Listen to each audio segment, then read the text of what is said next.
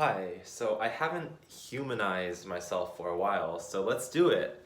I'm just gonna go down a checklist of things I want to say. So the first thing I want to say is that I uploaded a video to Abacaba today that is essentially the same video as the BFDI's road to 500 million views, the same line graph. The only difference is I added a sound every time the view count hit some milestone. So there's the sound of a slap every time I hit 10 views. There's like a party horn every time it hits 100, and so on and so on. So you kind of get this all these sound effects in your ears, and the pitch rises as the view counts go up faster. So that's really cool, except the code I wrote is pretty versatile, which means at the end of the video, I essentially said, hey, if you're a YouTuber and you want the data-licious history of your channel turned into a line graph, message me on Twitter. So I've already gotten 3 or 4 people, mostly smaller YouTubers, who want to do that. I'm not really sure how I'm going to make it all work. I think I'm going to show people a tutorial walkthrough video to show them how to send the data to me. But it's going to be really cool, and maybe as, this can be a series, each channel's data-licious history. I don't know what to call it. That's kind of the preemptive name. So that happened, and I also want to say that I'm really glad that I kind of got a second chance to upload the same line graph video, because the first upload had some pretty major flaws.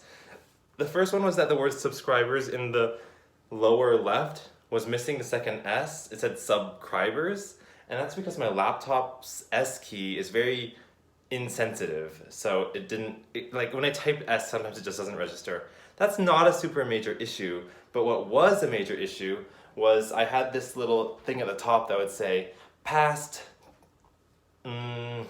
Nepal, or some country like that. And what that means is when our view count would surpass that country's population, it would say that we had passed that country's population. And there would be a picture of the country's flag along with the name.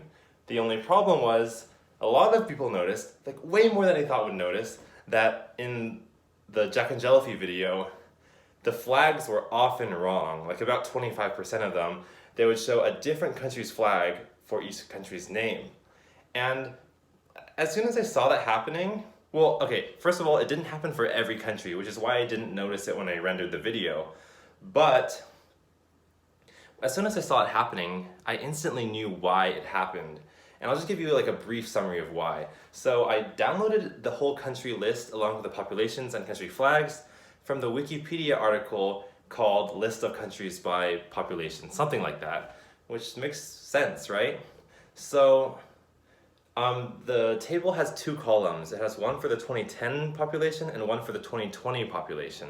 And I figured, okay, our YouTube channel grew the most around 2010, 2012 is the year where everything happened. So I said, let me sort this table by 2010, because most of those populations will be relevant. So I sorted by 2010, I copied the text into a text file, and there's all the countries listed. And China's number 1, India's number 2, so on and so on.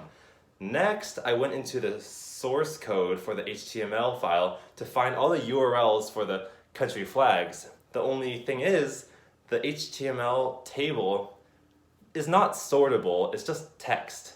So that one was sorted by the 2020 populations.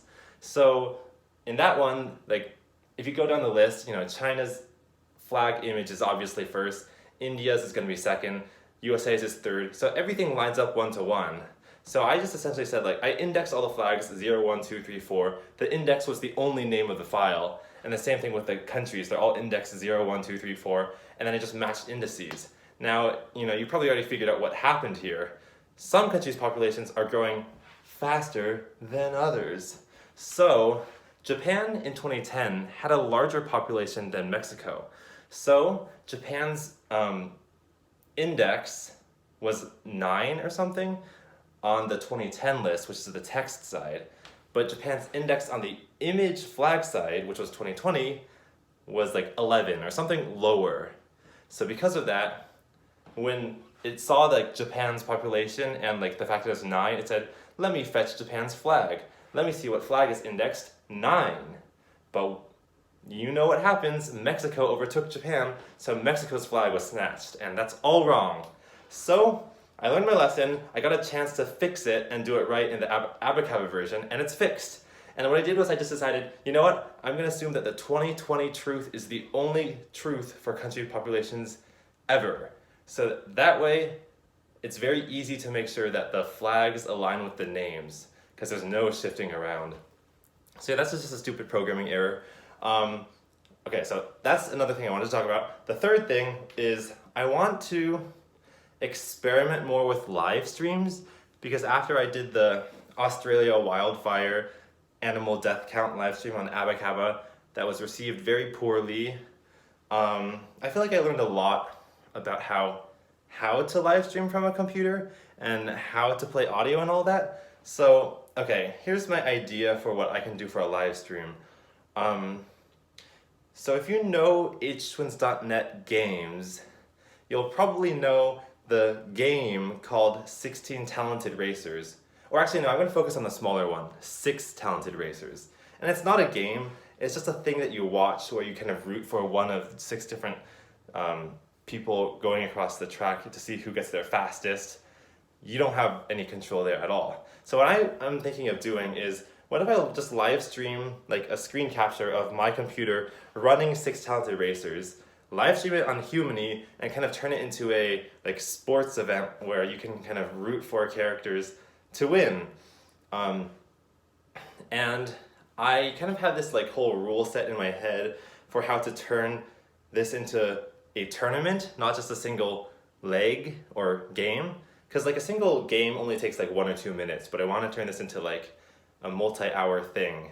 So I don't know if like this interests you or not, but my scoring system would be, you know, if you get 6th, that's last place, you get +1 point.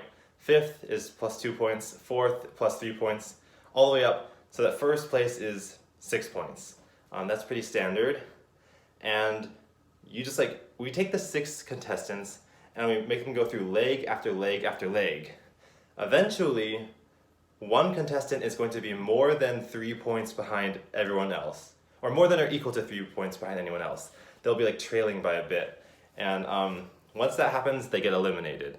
So you have to not lag by 3 points to stay in the game.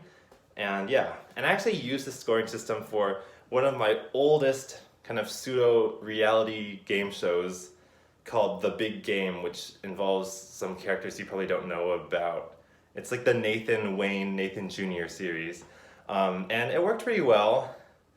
Like, I think like interesting quirks happen when you use this kind of don't lag too far behind rule, in that like 2 stragglers, if they stay close enough together, they can actually stay in the game pretty long, but as soon as one goes too far ahead, they actually both get eliminated. So I think it's like cool strategies that happen when you do that. But of course, these are not strategists, they're just random number generators, like the little guys running across the screen. But I think it's still interesting, and you could kind of create a story to go on. It's like, oh, Pink's gonna catch up. Things like that. And I don't know when I'm gonna do this live stream. Maybe I'll call it the Talented Racers World Cup 2020. I don't know. So I don't know when I'm gonna do it, but if you are subscribed to Humany and just one day you randomly see me streaming and it looks like a digital race between 6 talented racers, then you know what I ended up doing. Yeah. So, okay, if you don't know anything about Talented Racers, which I'm pretty sure most of you don't, just go to htwins.net, and I think if you click on the More button, you'll see a list of text, and on that text there will be something that says Talented Racers, and you just click on it and watch. Oh, by the way, it's written with Macromedia Flash 8, and we all know that Flash is like being discontinued December 2020, right? Or Flash Player it is, which means that all these H-Twins games I made are going to be unplayable in Google Chrome, which is really sad because I feel like that's like my entire childhood and all my work is just unplayable. So I don't know, maybe 2020 will be the year where I and like other people I try to work with, like programmers, we can all port these games to newer platforms so they don't die. But I still have like 10, 11 months left to do it. But you know, let's say I don't end up porting them in time, at least Talented Racers gets a way to have kind of a final hurrah as it goes out into the night, or I don't know what I'm saying. Anyway, that's all I have to say. yeah, you should check out the Abacaba video, and if you got a YouTube channel you want to see the data history of, message me on Twitter. This video is longer than 10 minutes. Bye.